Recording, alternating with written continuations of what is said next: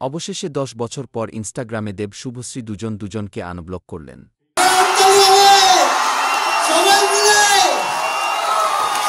Host প্রশ্ন করেন, তোমরা দুজনকে সোশ্যাল মিডিয়ায় কবে ফলো করবে? তোমরা দুজনকে সোশ্যাল মিডিয়াতে ফলো কবে করবে? তখন শুভশ্রী বলেন, আমি তো ব্লক করিনি।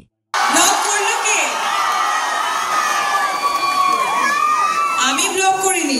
এই বলে শুভশ্রী একজনকে বলেন তার ফোনটা আনতে।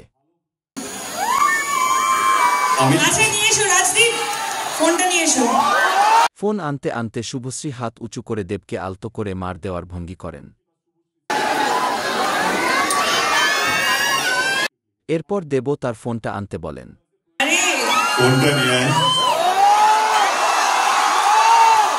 এরপর দেব দর্শকদের সামনে ইনস্টাগ্রামে ফলো দেন শুভশ্রীকে।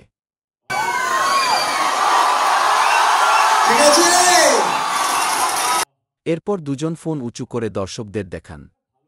আসলে দেব শুভশ্রীর জন্য দর্শকদের ভালোবাসা আজও সেখানে আছে।